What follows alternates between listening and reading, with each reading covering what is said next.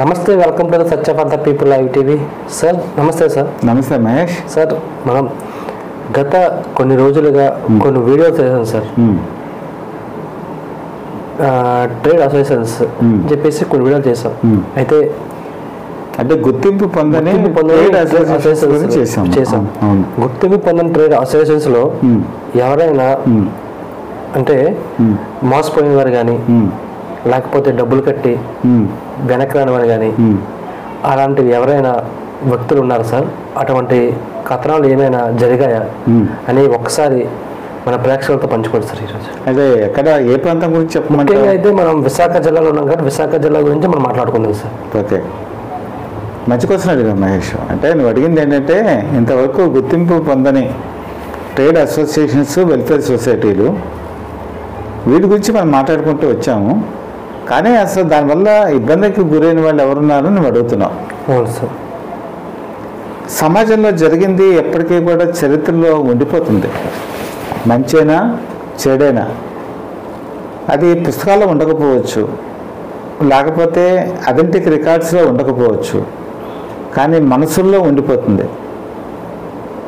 అది గొప్ప విషయమైనా చెడ్డ విషయమైనా సమాజంలోంచి చెరిపేయడానికి అవ్వదు. ట్రేడ్ అసోసియేషన్స్ గురించి మనం అనేక ఎపిసోడ్స్ మనం ప్రసారం చేసాం. రాష్ట్ర ప్రభుత్వ అధికారులు కూడా మన వీడియోస్ని చూడటం జరుగుతుంది.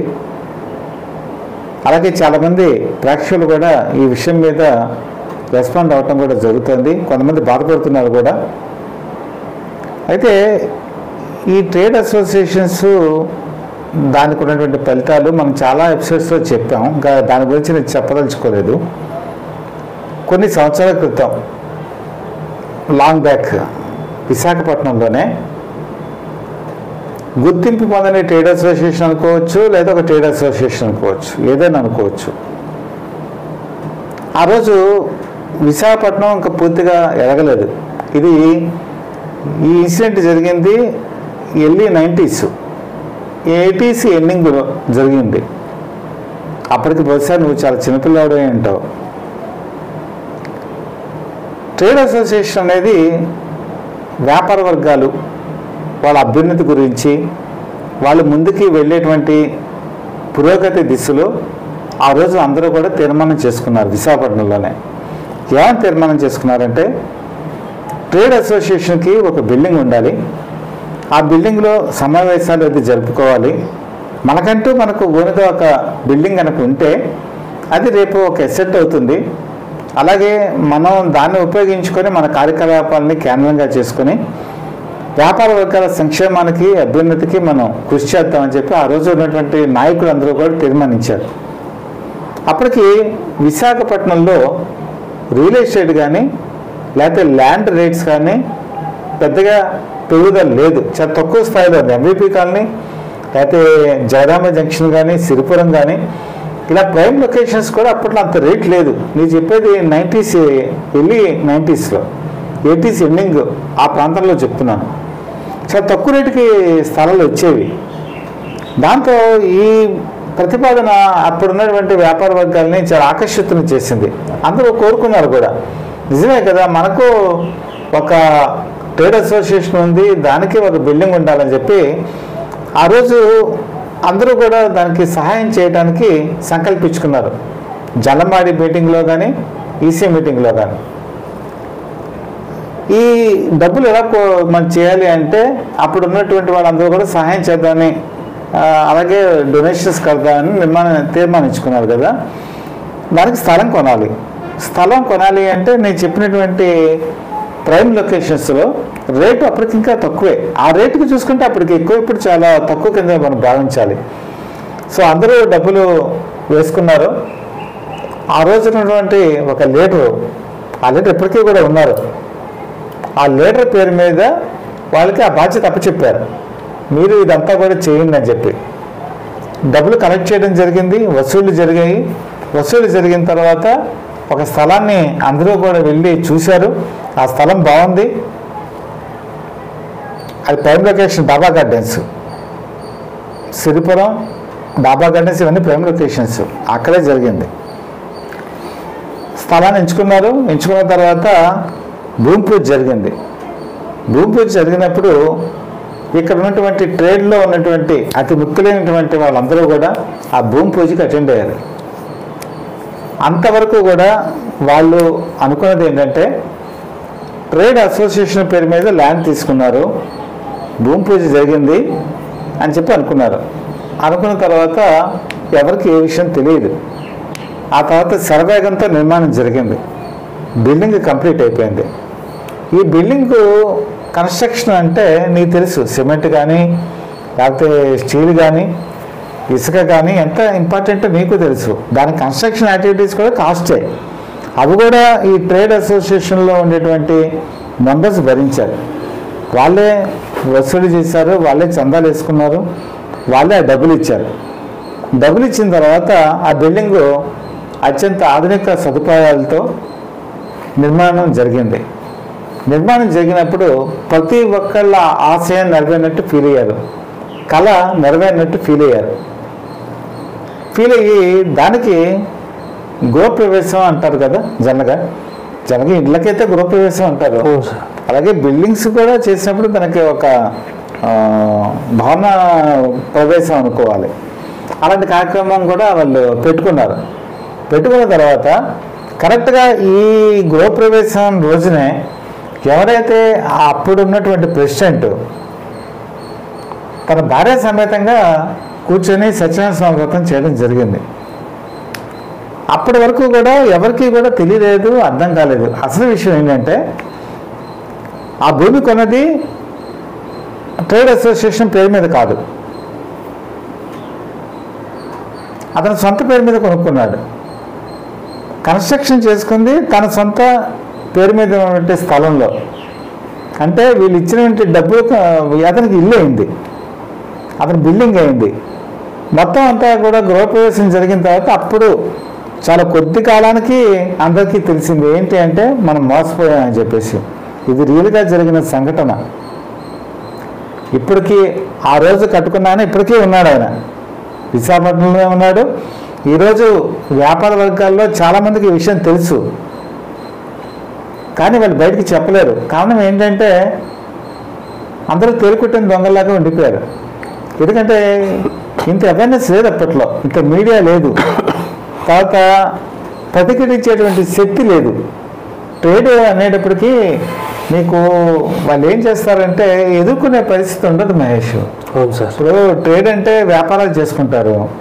వ్యాపారాలు చేసుకునే వాళ్ళు ఏం ఆలోచిస్తారు? ఈరోజు మాకు ఆదాయం వచ్చింది, మా కుటుంబం నడిచింది అని అనుకుంటారు. వీళ్ళు ట్రేడ్లో పెద్దలు, వీళ్ళు ట్రేడ్ అంతా వీళ్ళు గుప్పిట్లో ఉంటుంది. మీరు చెప్పాను కదా, ఒక 10 మంది కబంధ హస్తాల్లో ఇరుక్కొని ఉంటుంది. వీళ్ళు ఏం చేసినా, ఏం అన్యాయం చేసినా, ఏ రకమైనటువంటి దోపిడీకి గురి చేసినా అంతా కూడా భయపడతారు. కారణం ఏంటంటే ప్రతి ట్రేడు కూడా కొంతమంది అధికారం లేదా అధికారుల చేతుల్లో ఉంటుంది, అధికారులు ఈ పెద్దల చేతుల్లో ఉంటారు. సో ఎదురు తిరిగితే ఏం జరుగుతుంది? వాళ్ళు చిన్న వ్యాపారాలు చేసుకునే వాళ్ళు రిస్క్ ఎందుకు తీసుకుంటారు? అది నేను చెప్పేది 90 ప్రాంతాల్లో. అప్పటికి భయం చాలా ఎక్కువ కదా. ఇలా పేపర్లు లేకపోతే మీడియా, ఎలక్ట్రానిక్ మీడియా లేదు, అప్పటికి సోషల్ మీడియా లేదు.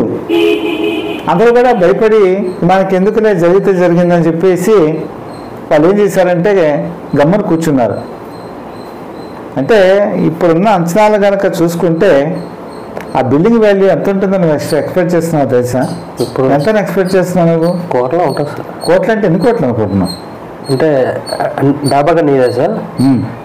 డాబాగా సిరిపురం ఈ ఏరియాస్ అని చెప్తున్నాను కదా సార్. ఒక 5 ప్రైమ్ లొకేషన్, ఒక 5 కోట్లు 10 కోట్ల దాకా ఉంటుంది. 60 కోట్లకు పైగా ఉంటుంది, 70 కోట్ల వరకు ఉంటుంది, 70 కోట్ల వరకు ఉంటుంది.